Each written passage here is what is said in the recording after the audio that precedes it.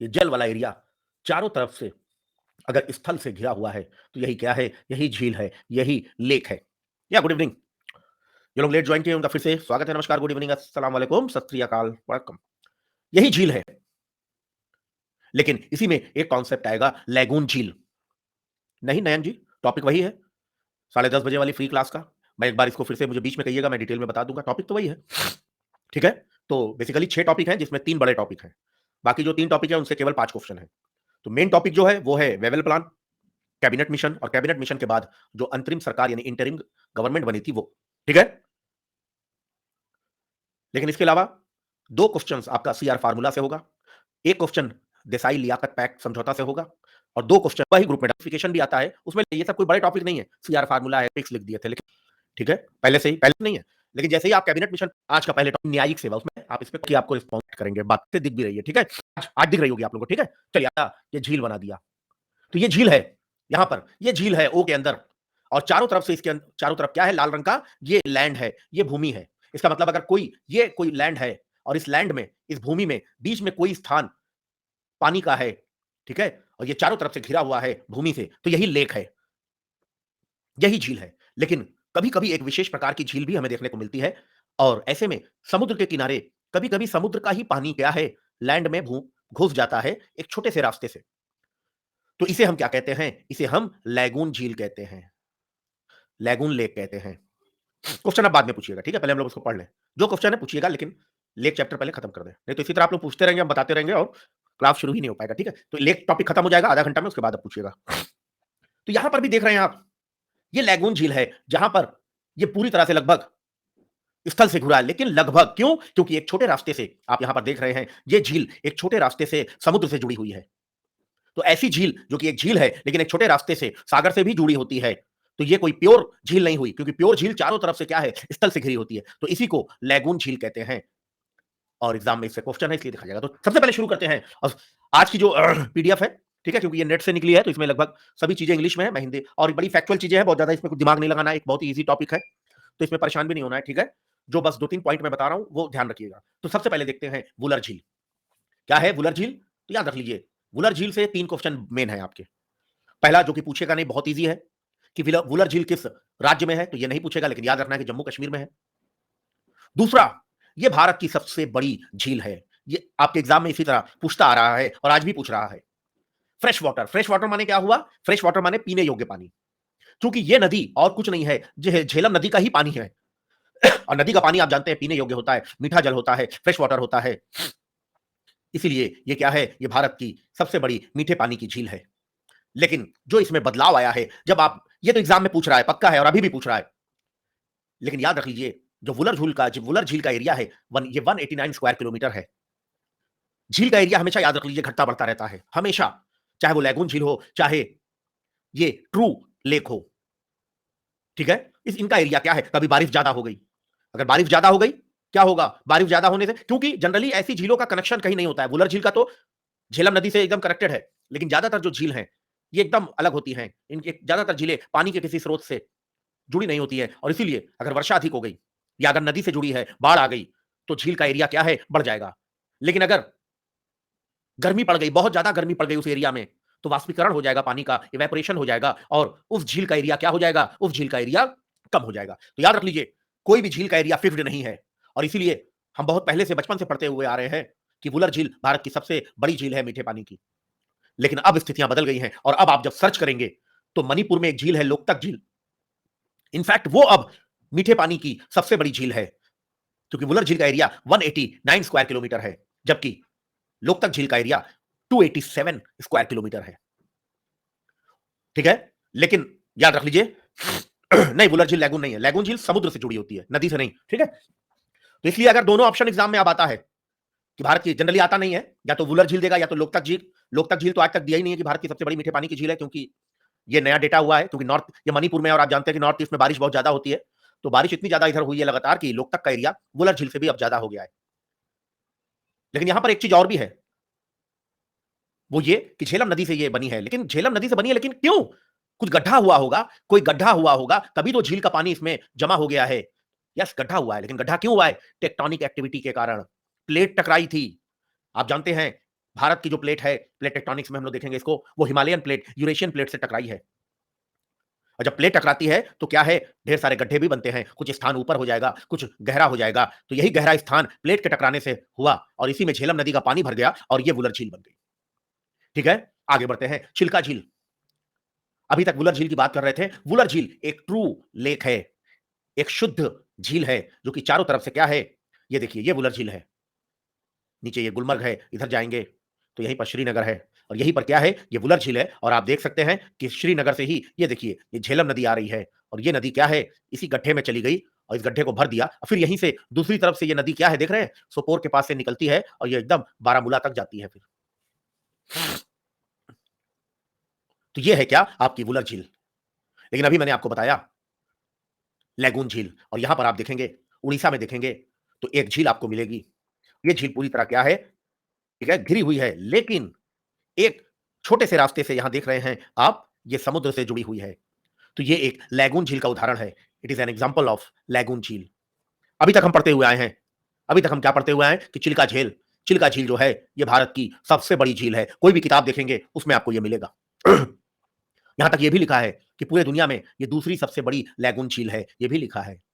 लेकिन इसके भी डेटा जो है ये रीसेंट टाइम्स में चेंज हो गए हैं। मैंने कहा कि झील के डेटा चेंज होते रहते हैं। चिल्का झील का जो एरिया है ये 1165 स्क्वायर किलोमीटर है।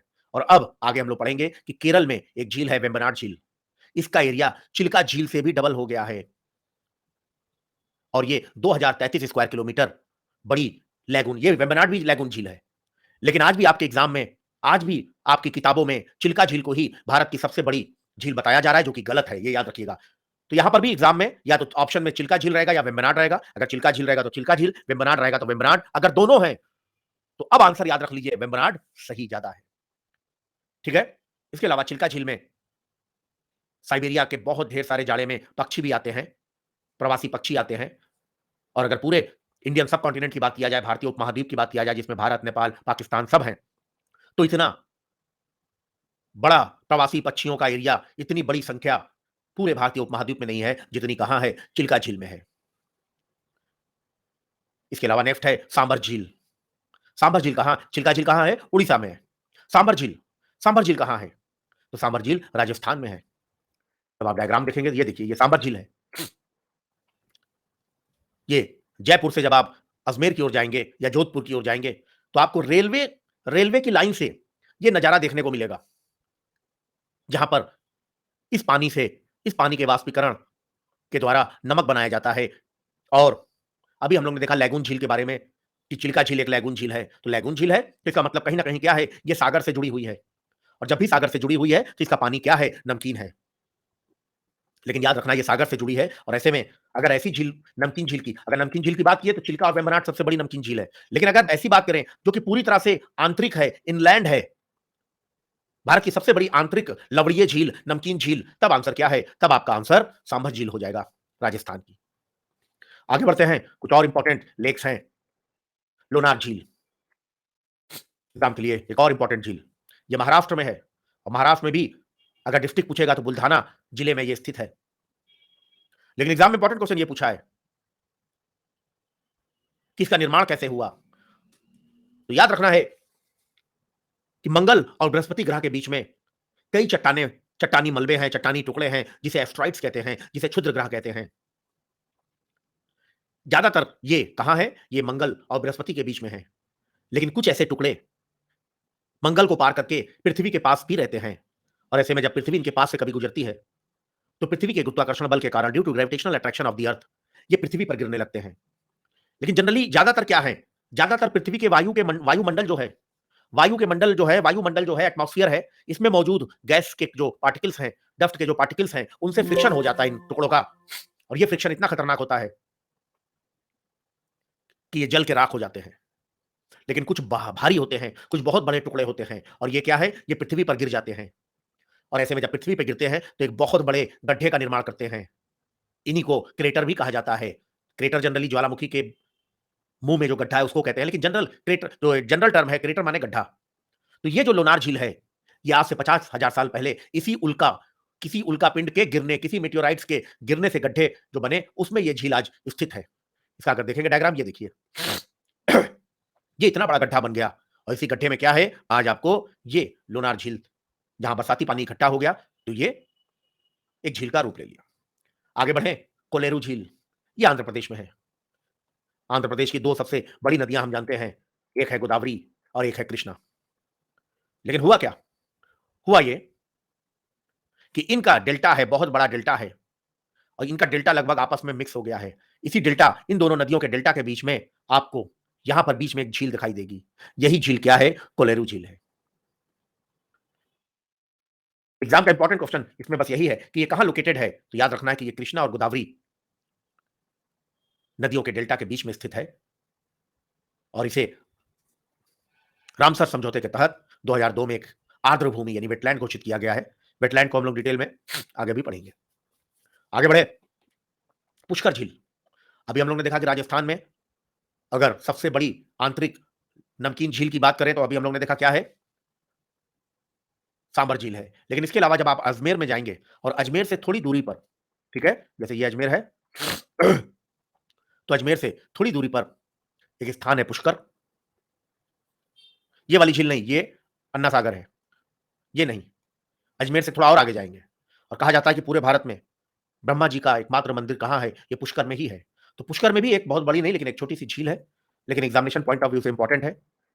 ये पुष्कर में है, जिला कौन है, अजमेर है, और ये एक बहुत ही पवित्र झील माना जाता है।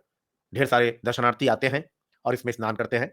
और पुष्कर इसके अलावा किस लिए फेमस है, मैंने बताया कि ब्रह्मा जी का कहा जाए। वैसे तो राजस्थान जब आप पढ़ेंगे, अगर एग्जाम देते हैं तो राजस्थान में कई और भी जगह ब्रह्मा जी का मंदिर है, लेकिन फिर भी कहा जाता है कि एकमात्र मंदिर ये आपके राजस्थान के पुष्कर में स्थित है।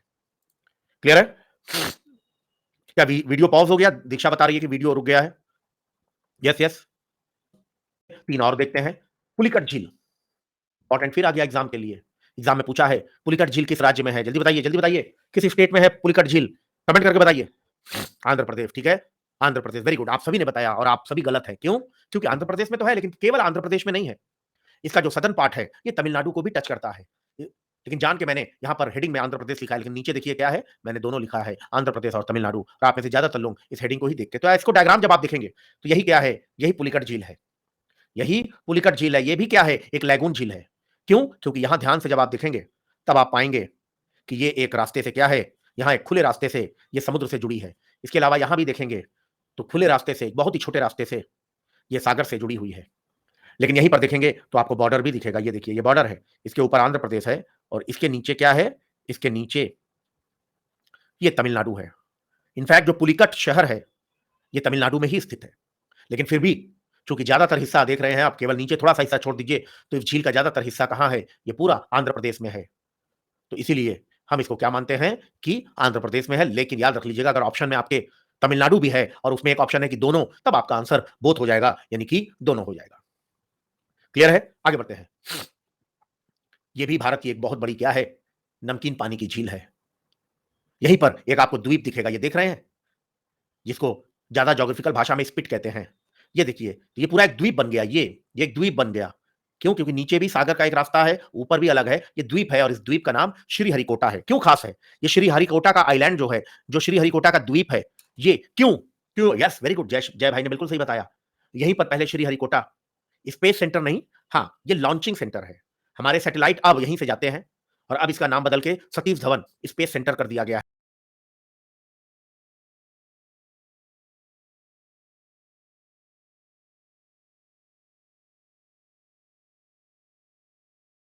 है। लेकिन हाँ, ये बेसिकली है तो स्पेस सेंटर, लेकिन बेसिकली ये एक सैटेलाइट लॉन्चिंग सेंटर है।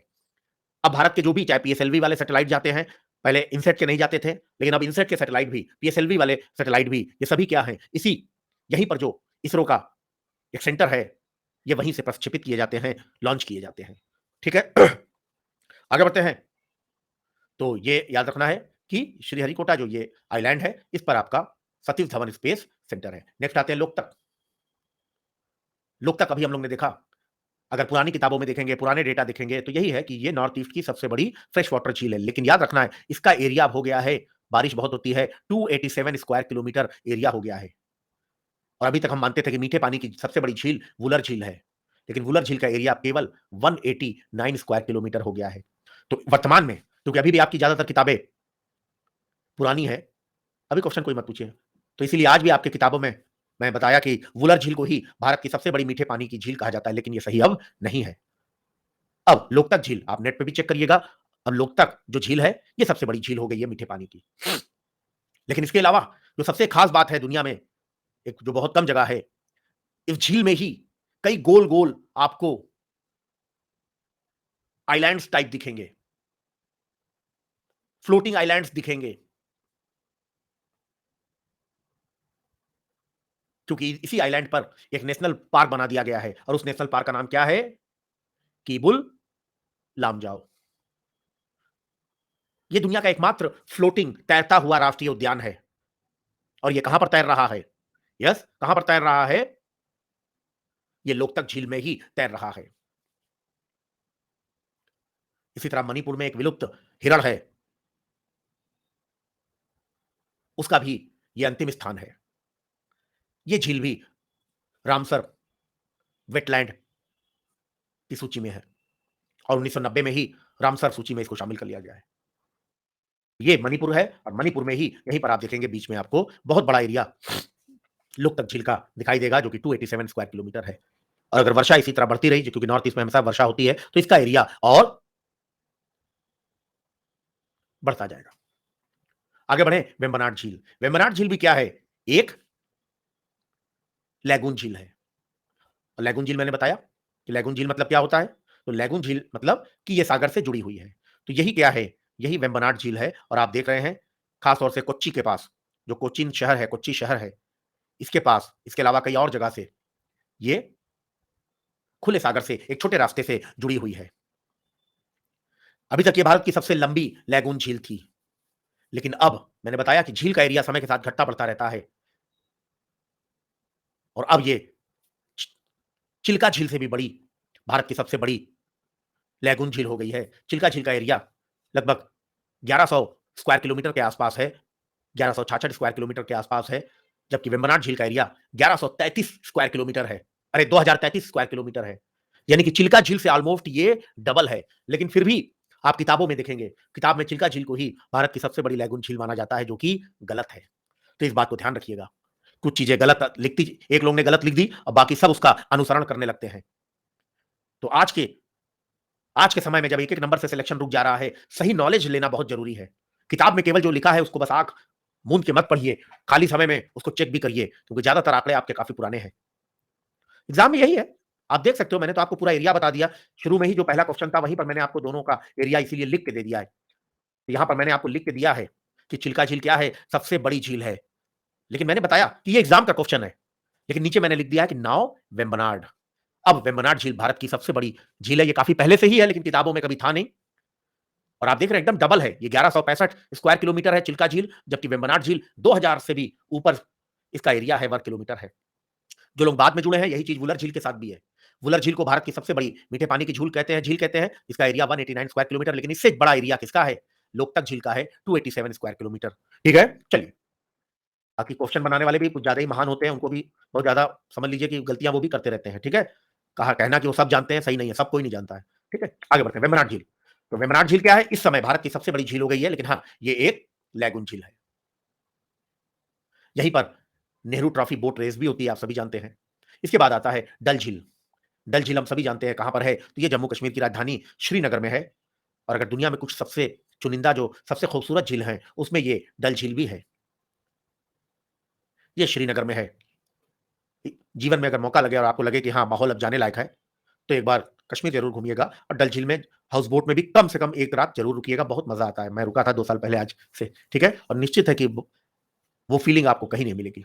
ठीक है, तो ये श्रीनगर में है और झील के किनारे ही रोड है। और जैसे ही रोड आप क्रॉस करेंगे तो यहीं पर एक ट्यूलिप गार्डन भी है। वैसे तो कई गार्डन है डल झील के एकदम सटे हुए, जिसमें शालीमार बाग भी है, निषाद बाग भी है। ठीक है, ढेर सारे बाग हैं, जिसमें से शालीमार और निषाद तो मतलब आप नाव से भी जाके और वहां किनारे पर नाव लगा के रोड क्रॉस करके, सामने रोड क्रॉस करके एकदम उधर शालीमार और निषाद बाग है, आप जा सकते हैं। लेकिन ट्यूलिप, ये एशिया का सबसे बड़ा ट्यूलिप गार्डन है और ये केवल अप्रैल के कुछ दिनों के लिए ही खुलता है। और इसलिए अगर अप्रैल महीने में आप जा रहे हैं, आपका प्लान है, तो देख लीजिएगा कि ट्यूलिप जो गार्डन है उसकी ओपनिंग डेट क्या है, उसी दौरान जाइएगा, तो आपको ट्यूलिप गार्डन का भी मजा मिलेगा। ठीक है, लेकिन इसके अलावा मैंने बताया कि शालीमार बाग है, निशात बाग है, ये सब भी आपको डल झील के किनारे मिलेंगे। इसके अलावा एक और झील है, शायद अंतिम झील है, में भी और भी है, अष्टमुडी झील। तो अष्टमुडी झील क्या है? ये और कुछ नहीं है, ये अभी हम लोग ने वेम्बनाड झील देखा है, इसी के नीचे एक तरह की और इसी तरह की छोटी लैगून झील है, ये देखिए अष्टमुडी झील। तो ये भी केरल में है, और केरल में कहां? ये कोल्लम जिले में है। और ये भी क्या है? ये भी रामसर साइट है, ये भी एक रामसर वेटलैंड्स का उसी में रजिस्टर्ड वेटलैंड है। वेटलैंड क्या है? कोई भी ऐसा वाटर बॉडी, जैसे खुले सागर है, खुले सागर में केवल पानी है, लेकिन जनरली जो झील है, चाहे लैगून झील है, ये सब कहीं ना कहीं लैंड से, भूमि से जुड़े हुए होते हैं। जैसे सभी झील जो है, सभी झील चारों तरफ से ये स्थल से घिरी हुई है, तो ऐसे स्थान को वेट लैंड कहते हैं। यानी ये वेट भी है, यानी यहां पानी भी है, और ये लैंड भी है, यहां आपको लैंड भी मिलेगा। और इसीलिए हिंदी में इसे, नयन जी, रामसर जो है ना, रामसर एक जगह है ईरान में, ठीक है, ईरान में एक जगह है, और जहां तक मुझे याद आ रहा है 1972 में, अगर मैं गलत होऊंगा एक आध साल आगे पीछे तो बताइएगा, लेकिन जहां तक मुझे याद है 1972 में यहीं पर एक बैठक हुई थी रामसर में, कि जो ऐसे वेटलैंड हैं, जो ऐसी आर्द्र भूमियां हैं, यानी जनरली झील विल, उनके संरक्षण के लिए समझौता हुआ था। और इसीलिए हर साल, जैसे कि कई स्मारक को आपने देखा होगा कि यूनेस्को की विरासत सूची में शामिल करते हैं, तो इसी तरह हर साल कुछ ना कुछ झील को या इस तरह के आर्द्र भूमि को, वेटलैंड्स को रामसर सूची में डाल दिया जाता है। ठीक है, आगे बढ़ते हैं। तो याद रखना है कि अष्टमुडी झील भी क्या है? रामसर सूची में शामिल की गई है। इसको इंटरनेशनल फंड फंड अब मिलेगा, और ये इंटरनेशनली ये थोड़ा सा फेमस हो जाती है। तो यहीं पर वेम्बनाड झील काफी बड़ी है, और इसी के नीचे आप देखेंगे तो आपको ठीक इसी के नीचे अष्टमुडी झील भी दिखाई देगी। आगे बढ़ते हैं और नेक्स्ट झील देखते हैं। इस तरह डल झील भी आप देखेंगे, ये श्रीनगर का मैप है, और यहीं पर देखेंगे श्रीनगर के अंदर दो झील है। ये डल झील है, लेकिन कोई मुझे इसका नाम बताएगा, ये वाली झील का? यस, जो गया है वही बता पाएगा, नहीं तो इसका नाम कोई नहीं जानता है। जो गया होगा, ज्यादातर लोग वो भी नहीं बता पाएंगे, क्योंकि उस झील में जनरली कोई नहीं जाता है। ये थोड़ा, ये भी झील है, लेकिन ये जनरली फॉरेनर यहाँ ज्यादा जाते हैं, किसी को नहीं पता। इस झील का नाम है, एक सीरियल आया था बड़ा खतरनाक, मूवी भी आई थी, नागिन, तो इसको नागिन झील कहते हैं। ठीक है, आप में से किसने किसने बारात में नागिन डांस किया, जरा जल्दी से कमेंट करके बताइए। ये आप जल्दी बताएं, नागिन डांस खतरनाक वाला। यस, सांप रहता नहीं है, लेकिन इसको नाम दिया गया नागिन झील। ठीक है, अरे बताओ जिसने जिसने किया है। यस, अरे बिना नशे वाले भी करते हैं, जीजा जी हो गए, फूफा जी हो गए, देखो सिद्धार्थ भाई ने भी किया है। ठीक है, तो ढेर सारे लोगों ने किया है, लेकिन अब ये बताइए, आप में से काफी लोगों ने जो नागिन डांस किया है, किसने एकदम सड़क पर लेट के किया है? उसमें एक पोजीशन आती है, वो जनरली हमको लगता है कि जो, अगर कुछ लोग उसमें अल्कोहल कंज्यूम करते होंगे और अल्कोहल का उनका लेवल थोड़ा ज्यादा हो जाता होगा, तो वो उनमें से कुछ लोग बेचारे क्या है, वो बेवड़े टाइप जो होते हैं ना, वो जमीन पे एकदम लेट के भी वो डांस करते हैं। ठीक है, तो आप में से क्या कोई है कि नहीं है? नहीं है? अरे कुछ ना कुछ बिना अल्कोहल वाले भी करते हैं, जोश में एनर्जी आ जाती है। ठीक है, चलिए आगे बढ़ते हैं। कोई बहुत फास्ट फ्रेंड होता है, उसकी शादी है या भाई की शादी है, तो एनर्जी लेवल बिना अल्कोहल के भी हाई हो जाता है। ठीक है, चलिए, अरे हमको, हमारी हमारी पत्नी हमको ऐसे घूरती रहती है कि अगर आपने कोई भी डांस, कथक से लेके कथकली से लेके कोई भी डांस अगर कहीं भी किया, तो 3-4 दिन तक भोजन नहीं मिलेगा। इसलिए जब डांस होता है तो मैं एकदम कहीं किनारे चला जाता हूँ। ठीक है, आगे बढ़ते हैं। अब आ गया क्या? अब एक बहुत खूबसूरत जगह आ गई, सिक्किम, बहुत खूबसूरत जगह। और यहीं पर एक क्या है, एक झील है जिसे छांगू झील कहते हैं।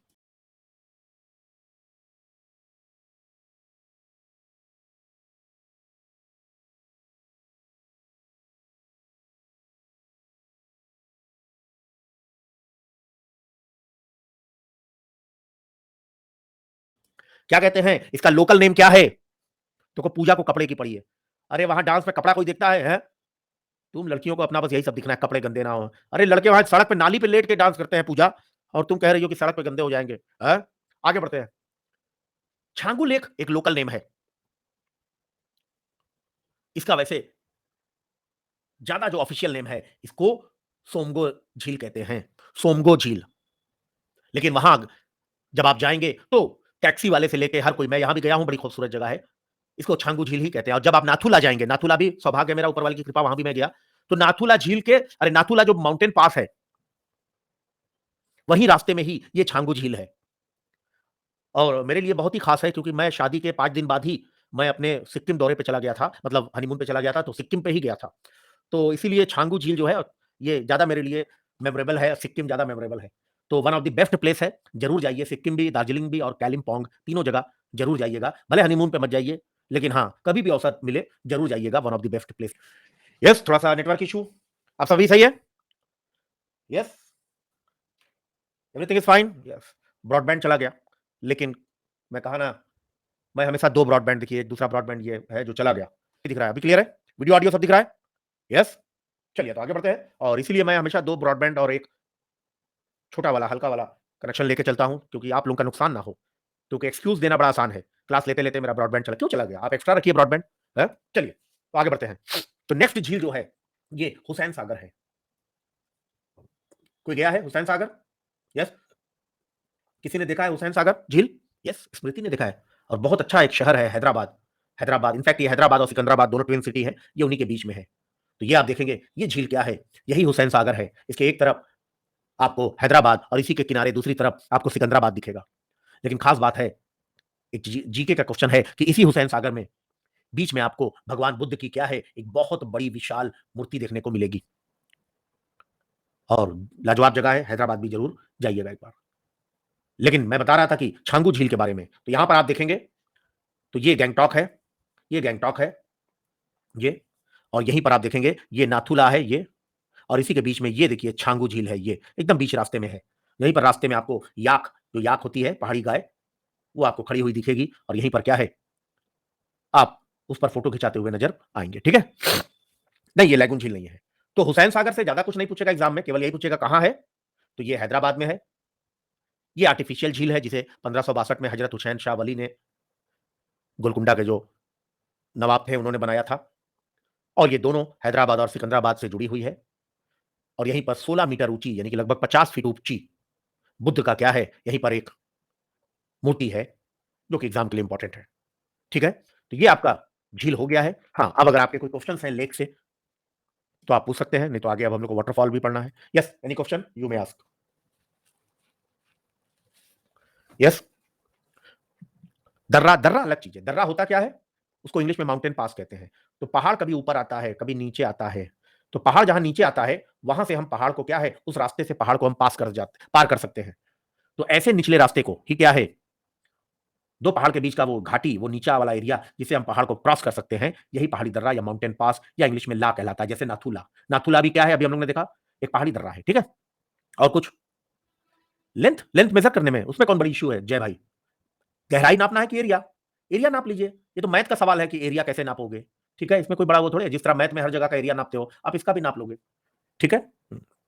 सर लेक का पानी पीने लायक है, बट लैगून लेक का पानी पीने लायक नहीं होता है, क्योंकि हाँ सही कहा आपने, हाँ लैगून का पानी नहीं पी सकते, नमकीन पानी होता है, क्योंकि सागर का पानी है। नहीं, मैप, मैप एग्जाम में आपके लेवल पे जनरली नहीं देगा लेक का, आजकल वैसे मैप भी देने लगा है, लेकिन मैप से क्या होता है ना, चीजें जल्दी याद हो जाती है, इसलिए मैं मैप लेके आता हूं, ताकि आपको याद हो जाए, ठीक है। और मैप, वैसे झील का मैप क्या है जनरली एग्जाम में पूछेगा नहीं, लेकिन मैप लाने का मकसद बस ये रहता है कि जब कोई चीज आप, जैसे आपने ये फोटो देख लिया, अब आपको यहाँ, अभी केवल मैं ये इसको यहाँ बताता ना कि यहाँ पर बुद्ध का भी क्या है, यहाँ बुद्ध की मूर्ति है, तो होता क्या ना, कुछ दिन बाद आप भूल जाते कि किसकी मूर्ति है, ठीक है। मैं आपको एक बहुत अच्छी चीज आज बता रहा हूँ, याद कर लो।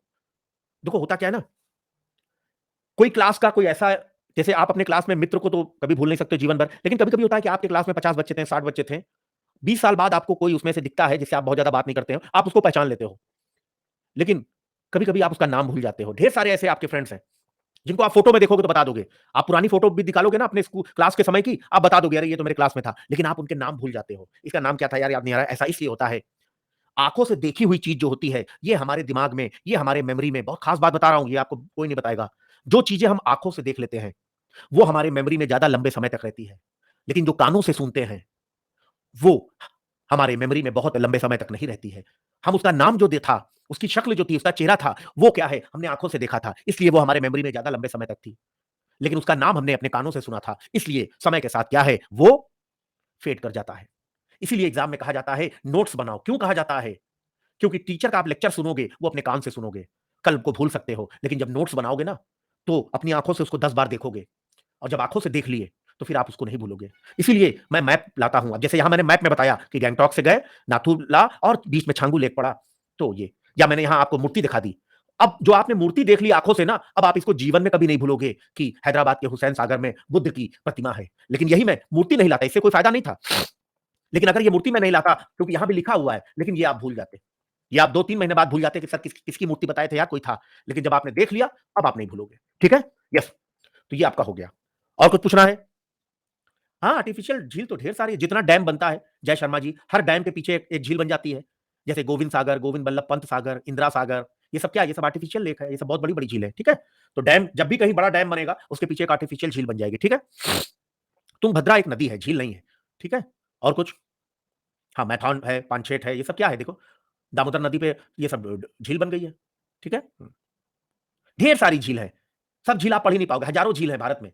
लेकिन एग्जाम के लिए जो 10-12 ज्यादा इंपॉर्टेंट है वो मैंने आपको बताई, ठीक है? हाँ, एक चीज काफी लोग कंफ्यूज हैं, उसको मैं बता दूं।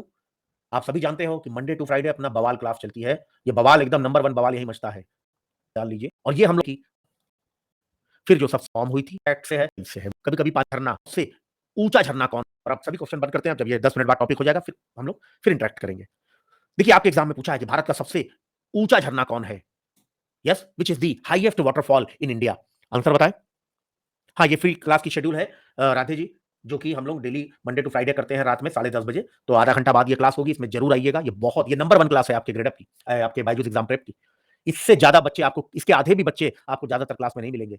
400, 500, 600, 1000 तक क्रॉस कर जाते हैं, ठीक है? हाँ, तो ज्यादातर किताबों में लिखा है कि भारत का सबसे ऊंचा झरना क्या है? जोग फॉल है, गरसुफ्फा फॉल है। लेकिन मैंने कहा, आज मैंने आपको दिखाया कि किताबें हमेशा सही नहीं होती है, क्योंकि जरूरी नहीं है जो किताब लिख रहा है वो सब जानता हो।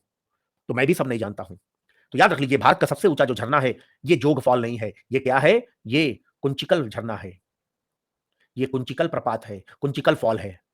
ये हाईएस्ट वाटरफॉल इन इंडिया है और एशिया का दूसरा सबसे ऊंचा झरना है, जलप्रपात है, जिसकी की ऊंचाई 455 मीटर है या लगभग 1500 फीट है। यह है कहां? याद रख लीजिए, मैंने आपको बताया था कि जो पश्चिमी घाट है, पश्चिमी घाट मैंने बताया था कि ये बिल्कुल क्या है? ये एकदम सागर के नजदीक है। और इसीलिए चूंकि सागर के एकदम नजदीक है और ऊंचाई ज्यादा है, तो इसीलिए यहां पर स्लोप यानी कि ढलान बहुत ज्यादा है। और इसीलिए यहां ढेर सारी नदियां निकलती हैं, लेकिन ढलान इतना तीव्र है कि कभी कभी ये एकदम वर्टिकल इस तरह गिर जाती हैं और एक झरने का रूप ले लेती हैं। तो झरना और कुछ नहीं है। मोस्ट ऑफ द टाइम आप देखोगे कि नदी ही, जो नदी बहती है, नदी जब बहती है तो अचानक से जब नदी एकदम वर्टिकली गिरती है, तो यही क्या है? यही फॉल है, यही वाटर का फॉल है, यानी कि वाटरफॉल है। तो आज ज्यादातर जो भी आप, हम लोग ज्यादा नहीं पढ़ेंगे, 5-6 झरना ही पढ़ेंगे क्योंकि वही एग्जाम में पूछेंगे। उसमें से आप देखोगे लगभग 4 झरना ये इसी पश्चिमी घाट में पाया जाएगा, ये इसी वेस्टर्न घाट में पाया जाएगा, जिनमें से ये भी एक है कुंचिकल फॉल, जो कि कर्नाटक में शिमोगा जिले के पास एक घाटी है, अगुम्बे वैली। ये आईएएस का क्वेश्चन है, अगुम्बे वैली कहां है? तो ये कर्नाटक में शिमोगा जिले के पास है और ये भारत का सबसे ऊंचा झरना है। ये और कुछ नहीं है, ये एक नदी है। मैंने बताया कि ये सारे झरने नदी है, लेकिन स्लोप इतना ज्यादा है कि कभी कभी ये झरने की तरह स्लोप इतना वर्टिकल हो जाता है कि ये झरने की तरह गिर जाते हैं। तो ये वाराही नदी एक है। तो वाराही नदी ही क्या है? कुंचिकल झरना है। और भारत का एकमात्र permanent rain forest research centre ये अगुम्बे घाटी में ही स्थित है, जहां पर ये कुंचिकल झरना स्थित है। हाइट हम लोग ने देख लिया कि मीटर में अगर देखोगे तो मीटर में इसकी हाइट 455 मीटर है। और फिर याद रख लीजिएगा कि ज्यादातर किताबों में अभी भी जोगफॉल है, लेकिन आप देखोगे टॉप 3 में भी जोगफॉल का नंबर नहीं आएगा। दूसरे नंबर पर ये देखो, ये कितना खूबसूरत है, देख रहे हैं आप? यही है क्या? कुंचिकल फॉल है। यही कुंचिकल फॉल है और ऐसा लगता है कि आप यूएस और कनाडा के नियाग्रा फॉल के पास आ गए हो। कितना खूबसूरत है देखिए, वाह वाह वाह! और कितना गहरा है, कितना ऊंचा है। आगे बढ़ते हैं। नेक्स्ट आता है, ये भारत का दूसरा सबसे ऊंचा झरना है और ये ऐसा झरना है जो कि पश्चिमी घाट में नहीं है। इसका नाम क्या है? बरही पानी।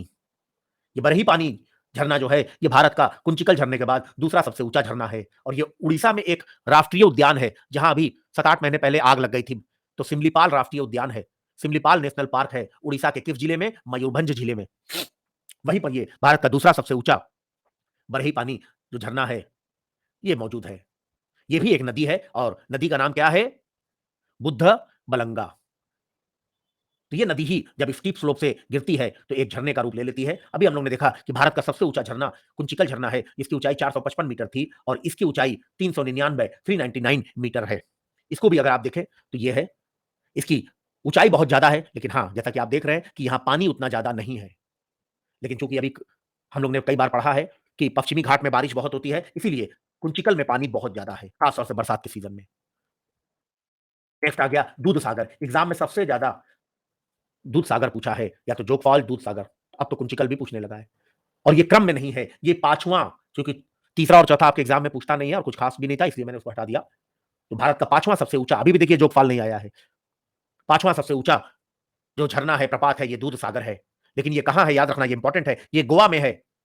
और मैंने आपको बताया था कि गोवा में 2 प्रमुख नदियां हैं, मांडवी और जुआरी। इसमें से जो मांडवी नदी है, जिसे मांडोवी भी कहते हैं, यही जब चट्टान से गिरती है तो इसे दूध सागर झरना कहते हैं। दूध सागर, सी ऑफ मिल्क। लेकिन याद रखिएगा एग्जाम में कई बार पूछा है कि ये किस राज्य में है, तो ये गोवा राज्य में है। नदी नहीं पूछा है, लेकिन किस नदी पे है, ये नदी ही है, तो मांडवी नदी है। इसकी ऊंचाई 310 मीटर है। अब आगे बढ़ते हैं। ये देखिए, ये आपका दूध सागर, यहां पर आप देख रहे हैं, यहां पर आराम से बहुत ध्यान से देखेंगे, टूरिस्ट यहां पर जाते हैं, खड़े रहते हैं। ठीक है। और अब आ गया क्या, आज का लास्ट झरना, जोग फॉल, जो कि टॉप 5 में भी नहीं है, लेकिन ज्यादातर किताबों में लिखा है। इसको गरसुप्पा फॉल भी कहते हैं। इसको गरसुप्पा फॉल भी कहते हैं। ये और कुछ नहीं है, ये भी एक नदी है। कौन सी नदी? शरावती नदी है। और ये कहां है? ये भी सिमोगा जिले में है, जहां पर कुंचिकल फॉल है। यहां पर मैं गया हूं, जोग फॉल में गया हूं, कुंचिकल या दूध सागर नहीं गया हूं। तो सिमोगा जिले में ही हम लोग ने देखा था कि भारत का सबसे ऊंचा झरना था। कौन सा? कुंचिकल फॉल। उसी सिमोगा जिले में शरावती नदी क्या है, जोग फॉल का निर्माण करती है। इसकी हाइट काफी कम है, देखिए, कुंचिकल से आधी से भी कम है। कुंचिकल की जो हाइट थी, ये कितनी थी? 400, नहीं, आधी के आसपास है, 455 मीटर थी। और इसकी हाइट लगभग आधी है, केवल 253 मीटर, यानी 200 मीटर कुंचिकल जो फॉल है, इससे ज्यादा ऊंचा है। यह भी काफी खूबसूरत है। और बरसात के दिनों में जब पानी की मात्रा काफी बढ़ जाती है, तो यह भी एक बड़ा ही सुंदर दृश्य देता है। हम लोग लेकिन जब गए थे तो दिसंबर में गए थे, तो इतना पानी नहीं था, लेकिन फिर भी काफी पानी था। ठीक है। यस। हाँ, बुक्स, देखो कहा ना, बुक्स में यार कई चीजें गलत होती है, क्या करोगे, उसको चेक करो। ठीक है, हम लोग का काम है कि जो चीजें अगर बुक में गलत है, तो आपका ध्यान आप लोगों का उधर उस ओर आकृष्ट किया जाए कि देखो वो गलती है। उसी चक्कर में कई बच्चों का सिलेक्शन रुक जाता है। दो चार गलतियां तो किताब के कारण ही हो जाती है। दो चार क्वेश्चन आयोग के खुद के गलत होते हैं। दो चार क्वेश्चन आपके जो सॉल्व आप लगाते हो, उसमें 5-6 क्वेश्चन के आंसर गलत होते हैं, वहां से 5-6 क्वेश्चन गलत हो जाते हैं। और 2-3 क्वेश्चन आपकी किताब में ही गलत होते हैं। तो कुल मिला के 7-8 क्वेश्चन आपके गलत हो जाते हैं। आप मेहनत करते हो, लेकिन सही वहां पर आपकी गलती नहीं रहती है, लेकिन फिर भी आपके एग्जाम में 7-8 क्वेश्चन प्रिंटिंग की वजह से, या किताब की वजह से, या सॉल्व पेपर में गलत आंसर की वजह से गलत हो जाते हैं। तो इसीलिए कहता हूं कि अपने नॉलेज को हमेशा, जहां भी कंफ्यूजन लगे, नेट पे जाके, अब तो आप लोगों का जनरेशन इतनी अच्छी है, इतनी लकी है कि आप अपने गूगल पे कुछ भी टाइप कर दो, 5 सेकंड भी नहीं लगता है, सारी इंफॉर्मेशन आपके पास आ जाती है। आज से 20 साल पहले सोचो, कोई इंफॉर्मेशन लेना हो तो उसके लिए एक नई किताब खरीदा जाए। उस नई किताब में भी पता नहीं वो उतना डिटेल में वो चीजें मिलती थी कि नहीं मिलती थी। बच्चे लाइब्रेरी जाते थे। आपका तो आप लकी हो, आपको जो इंफॉर्मेशन चाहिए आप तुरंत बस टाइप कर दे रहे हो और आपके पास आ जा रही है। ठीक है। यस। तो झरने से, झरना भी ये जो था, ये आपका टॉपिक हो गया है। ठीक है। और कल आपकी क्लास नहीं है। ठीक है, लेकिन मैं देखूंगा, एक क्लास देखिए आपकी 5 तारीख को है, 5 नवंबर को। ये क्लास मैं रिशेड्यूल करूंगा। ठीक है, क्योंकि ये दिवाली का मौसम रहेगा।